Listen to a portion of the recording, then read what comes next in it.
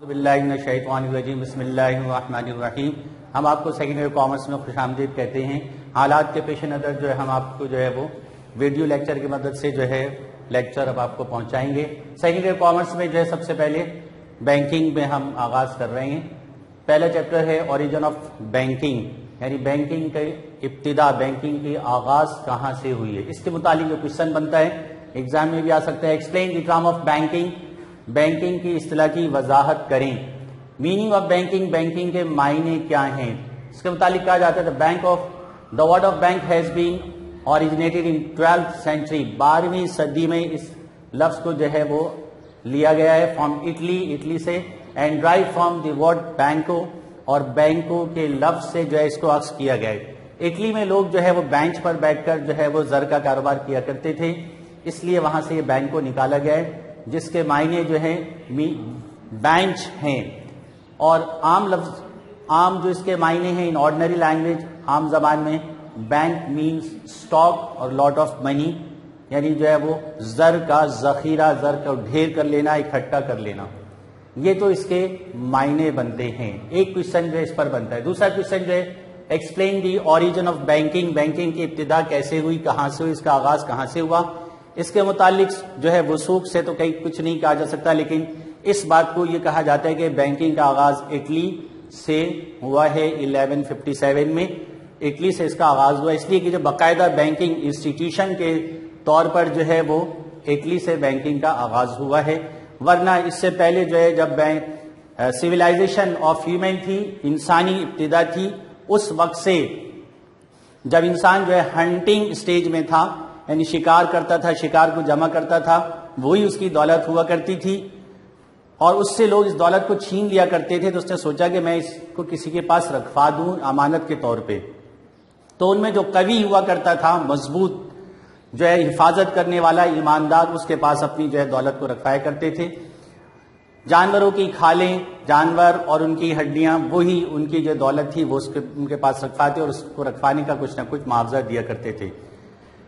लेकिन हम ये कह सकते हैं in the development of banking, banking की जो है तरक्की में 3 ग्रुप्स, 3 जो ग्रुप्स हैं उन्होंने अपनी खिदमात प्रोवाइड की हैं, जिसमें गोल्ड स्मिथ, सोनार हैं, रिलीजियस मर्चेंट्स, यहूदी जो है वो ताजिर हैं, और प्रोफेशनल मनी लैंडर्स, और जो बाकायदा जो है पेशेवराना जर बतौर कर्ज देने वाले। तो इसमें जो गोल्ड स्मिथ जो है, सोनार, इब्तिदा में सोनार जो है वो सोने का काम किया करते थे। लोगों जब जो है वो मनी स्टैब्लिश होते हुए जो है वो गोल्ड स्टेज पर आई, सोने के म्यारे जर पर आई, तो वही सोना जो है लोगों के पास सिक्का हुआ करते थे, जर हुआ करते थे, वो उसको गोल्ड स्मिथ के पास बतौर अमानत रखवा दिया करते थे।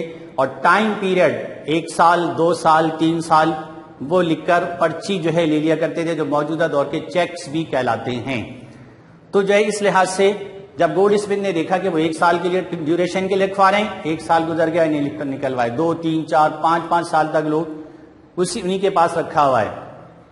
तो इससे बेनिफिट रिसीव करने के लिए क्या किया कि जो है वो नीडी पर्सन, जो जरूरतमंद थे, उनको लोन प्रोवाइड किया और उनसे जो है वो इंटरेस्ट जो है वो रिसीव किया।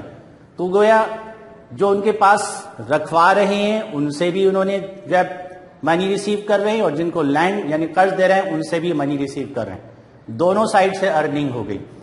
फिर ये कंपटीशन चलता गया, तो फिर जो रखवाने वाले थे उनसे जो है वो रिसीविंग जो था वो छोड़ दिया, और होते होते फिर जो रखवाने डिपॉजिटर्स को जो है वो देने लगे, जो मौजूदा बैंकिंग की सूरत में भी मौजूद है कि जो अपना पैसा रखवाता है वो इंटरेस्ट रिसीव करता है, और जो लोन लेता है वो इंटरेस्ट पे करता है। तो ये गोल्ड स्मिथ ने सबसे पहले अहम किरदार अदा किया। ज्यूइश मर्चेंट, ये यहूदी ताजिर जो है ये इंग्लैंड में आकर रहना शुरू किया, वहां पे उन्होंने, और बड़े अमीर थे, यहां तक के जो है वो आम बड़े बड़े ताजिरों को कर्जे दिया करते थे। हत्ता के जो किंग है, बादशाह है इंग्लैंड का, वो भी यहां से इनसे जो कर्ज लिया करते थे। तो जो मौजूदा बैंकिंग कर्ज देने का है वो उसमें ज्यूइश मर्चेंट का भी जो अहम किरदार है। प्रोफेशनल मनी लैंडर्स जो है पेशेवराना जो है वो कर्ज देने वाले, ये हिंदू महाजिन कहलाते हैं, या जो है वो लोगों को सूद पर कर्ज दिया करते थे। ये 3 افراد جو ہے انہوں نے موجودہ بینکنگ میں سب سے اہم کردار ادا کیا ہے. اس سے متعلق آپ کو جو ہے تفصیلاً بک میں مل جائے گا, اس کو آپ پڑھیں. اس سے متعلق کوئی پرابلمس ہے وہ آپ جو ہے آ کر